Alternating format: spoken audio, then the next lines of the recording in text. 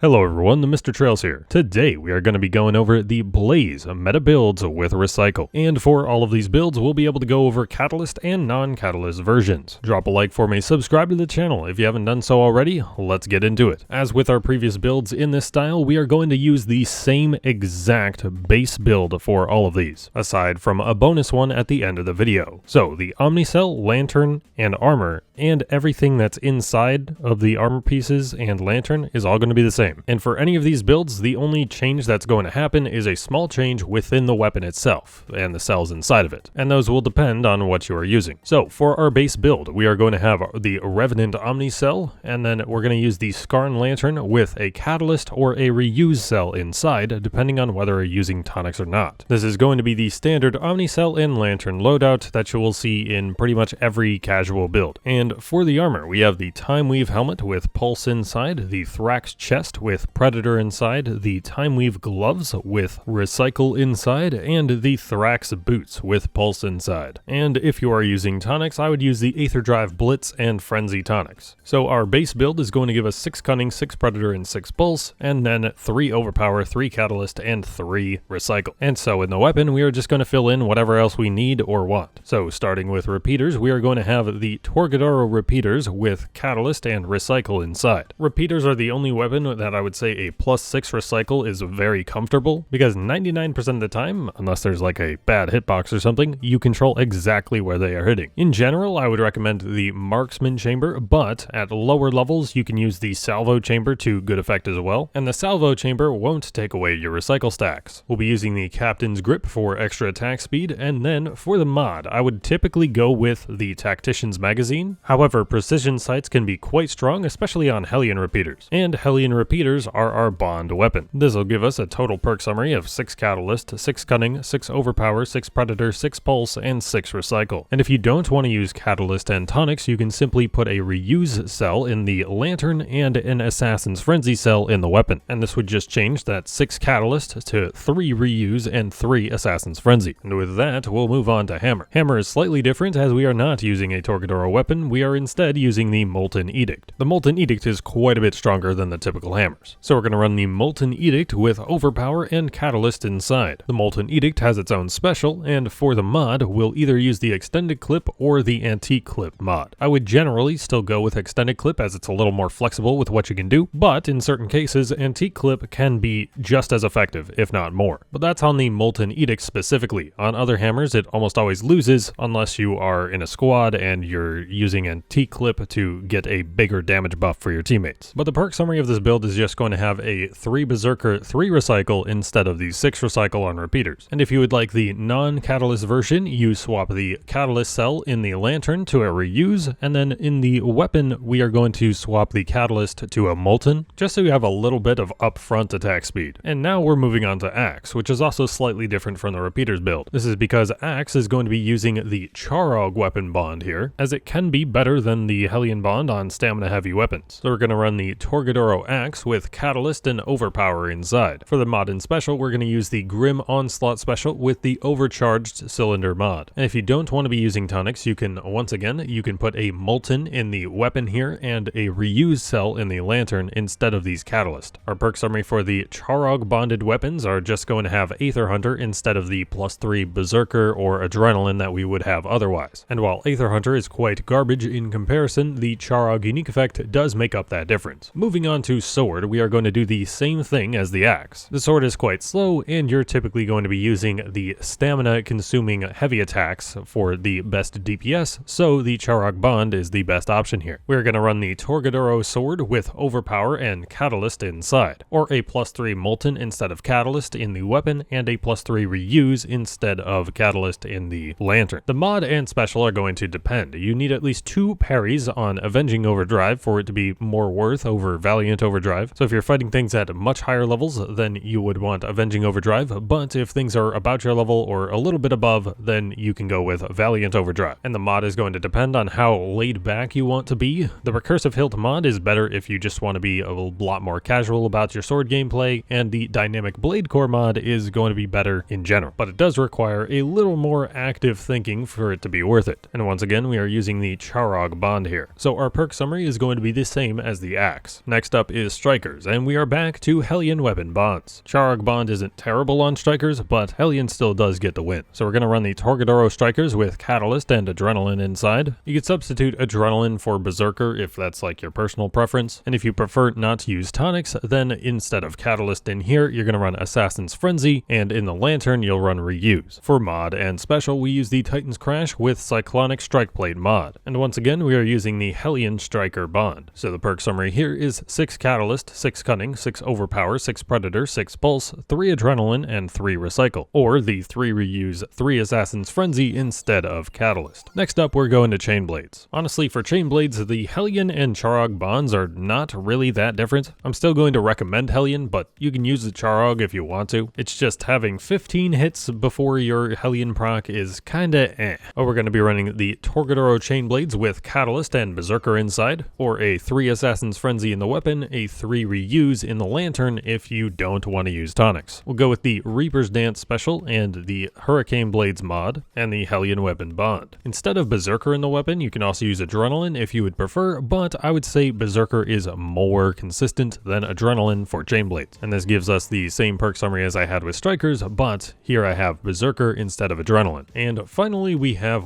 Pike. Once again, it's kind of a toss-up between the Hellion bond and the Charog bond here, mainly because of the spin to win playstyle on Pike is just better, and the Charog bond is only 75 stamina on the Pike. I still typically want to go with the Hellion bond, but the Charog bond isn't that bad here. But we're going to be running the Torgadoro Pike with Catalyst and Adrenaline inside, or Berserker instead of Adrenaline, or for no tonics you have Assassin's Frenzy instead of Catalyst, and a Reuse instead of Catalyst in the Lantern. The special is going to be up to preference. I would in general recommend Savage Wellspring, but if you're already in a squad that somebody else has Savage Wellspring up, you can go with the Concussive Payload special instead. But for the mod, I would recommend the Munitions Amplifier mod, and this perk summary here having the same perk summary as our strikers. And our final build here is going to be the 6 Recycle 6 Savagery Warpike. It is slightly different than the base build, so we'll go over it. We have the Torgadoro Warpike with Catalyst and Recycle inside. Once again, if you want no tonics, then you can run Assassin's Frenzy instead of Catalyst here. We're still using the Revenant Omnicell and the Skarn Lantern with Catalyst. Or if you don't want Catalyst, then you use Reuse here instead. And for the armor pieces, we are going to have the Timeweave Helmet with Savagery inside, the Thrax Chest Piece with Predator inside, the Timeweave Gloves with Recycle inside, and the Thrax Boots with Savagery inside. And we have the Aether Drive Blitz and Frenzy tonics. But you could also throw a Insight tonic on if you want to have those wounds quicker. But this will give us a 6 Catalyst, 6 Cunning, 6 Overpower, 6 Predator, 6 Recycle, and 6 Savagery. We basically just replaced the Pulse here. For these Warpike 6 Recycle Savagery builds, I would typically normally use them in a group where somebody else is already handling the stagger damage stuff. When you're alone, it's just not as worth it, I would say. But that is going to be it for the Blaze Weapon Recycle build. Drop a like for me, subscribe to the channel if you haven't done so already. Which element do you guys want to see next? Let me know that down below. And if you want to help support the channel, consider a channel membership here on YouTube for 99 cents, buy some merch at the TheMrTrails.store, or if you're making any Epic Games purchases anywhere on Epic Games, then use my supporter creator code TheMrTrails. Make sure the A is before the I. That's going to be it from me. I have been Trevor, I go by TheMrTrails, and I will catch you guys next time.